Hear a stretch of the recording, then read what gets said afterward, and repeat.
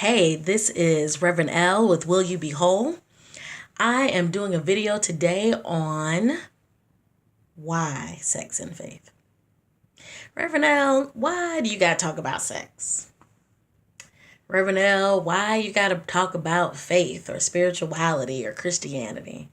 And I thought it would be appropriate to do a video so that you, as someone who is trying to pursue your journey towards wholeness, can listen and engage in our comment section below. Because what I realize in not only my personal journey that has been coupled with my research for my thesis, the work that I've done as a seminarian, the work that I have done as an educator, is that the two key aspects of who we are as human beings is our sexuality and our spirituality. And so often, in at least the church tradition that I was brought up in, those two things were always kept separate. They were always the things that never came together, that never were referred to as whole or as one. And so when I was wrestling with my call, when I was trying to figure out what is the thing that I was created and purposed to do in this world, the two things that came to my mind was sex and faith. I always knew that somehow, even when I was in college, I wanted to be the Black Dr. Ruth. So I always knew that I would talk about sex and sexuality in some way. However, I can be honest and say I didn't really think that I would be talking about sex and faith in this way, as a minister and an ordained minister, and now as a pastor. But what I realize is that as a clergy person, as a church leader, that my presence, my willingness to engage you in the conversation around sex and faith gives you permission to, number one, woosah, and just be like, okay, this is okay to talk about. It's perfectly normal for you to identify as a sexual person.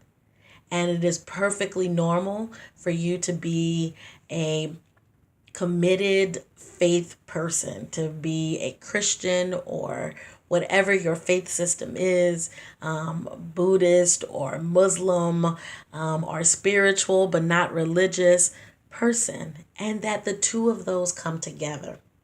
So when I'm talking about sex and faith, I'm going to use some terminology that continuously comes up, and I want you to understand where I'm coming from.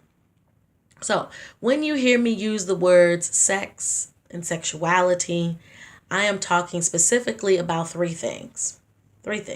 Sexuality. One, I'm talking about I'm talking about our activity, sexual activity. I'm talking about our identity, our sexual identity, and then I'm talking about our expression, our sexual expression. I'm sure on some other videos we'll get a little deeper on all the many definitions of sexuality, because there isn't just one. And I'm sure if you're watching this video, you probably already know that. And so when Reverend L says sexuality, I'm talking about, number one, our sexual activity. What is it that we are doing in the bodies that we have? How are we honoring our bodies? How are we honoring the bodies of others that we're engaging with? That the activity that we choose to involve ourselves is activity that is healthy, that is mutual, that is consensual, that is affirming, that is loving in all its ways. So we're talking about what we're doing with our bodies, right? And then sexuality also refers to our identity. And when I talk about sexual identity, I'm talking about the ways in which you define who you are as a sexual being. Most often in society, we know that as language around our orientation, whether or not we're straight or gay or lesbian or bisexual or pansexual, and we can talk about terminology on a whole nother video. Whether you are asexual and don't have any sexual identity around who you are as an individual. recognizing that our biological sex may not be how we identify in the world. So sexual identity is so expansive, but it is really at the core of it about how you choose to identify in the world. And then the other thing that I'm referring to when I talk about sexuality is your sexual expression. I think this is the most fun part about who we are as sexual persons, our sexuality, because it is how you show up in the world as female, as female identified. It's how you show up in the world as male or male identified. For me, I am a female identified woman, cisgender woman. And again, that's terminology video. And I like makeup, and I like my hair done, and I like earrings, and I like low cut shirts sometimes. And I show up in the world as what language we might say girly girl, right? That's my sexual expression, but everybody's expression is different and it's fluid. So when I'm talking about sexuality, those are the three areas that I'm referring to. And then when we talk about faith, right? So faith is really big. It's really expansive. And I can't even begin to speak to everything about faith and spirituality. But what I mean when I use those terms in my videos and in our conversation is, one, I am a Christian.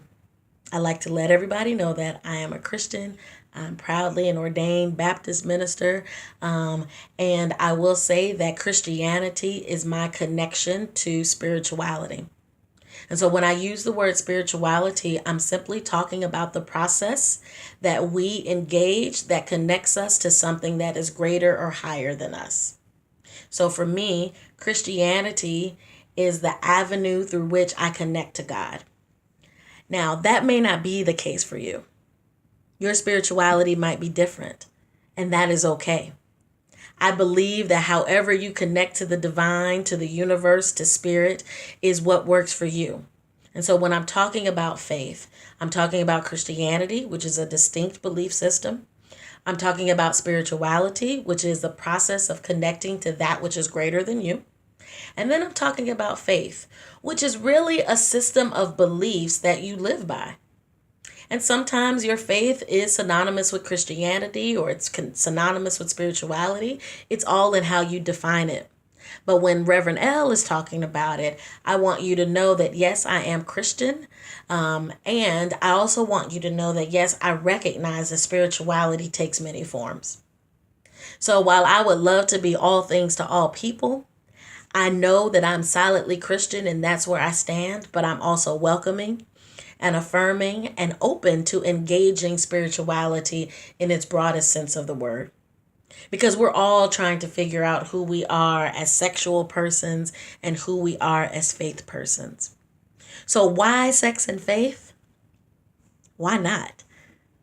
It's fun to talk about sex. And if you're doing sex right, you should be happy. You should be having a good time.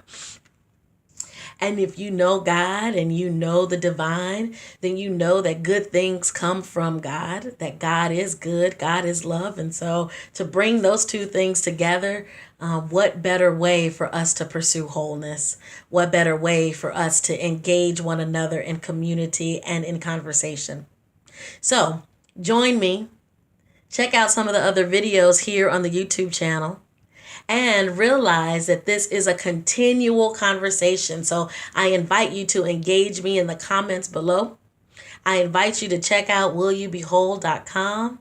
And if you're in Richmond, to check me out in person and many of the events that'll be upcoming as we go into the summer months. Why sex and faith? Why not? I'm Reverend L of Will You Be Whole, and I look forward to talking to you more. Bye.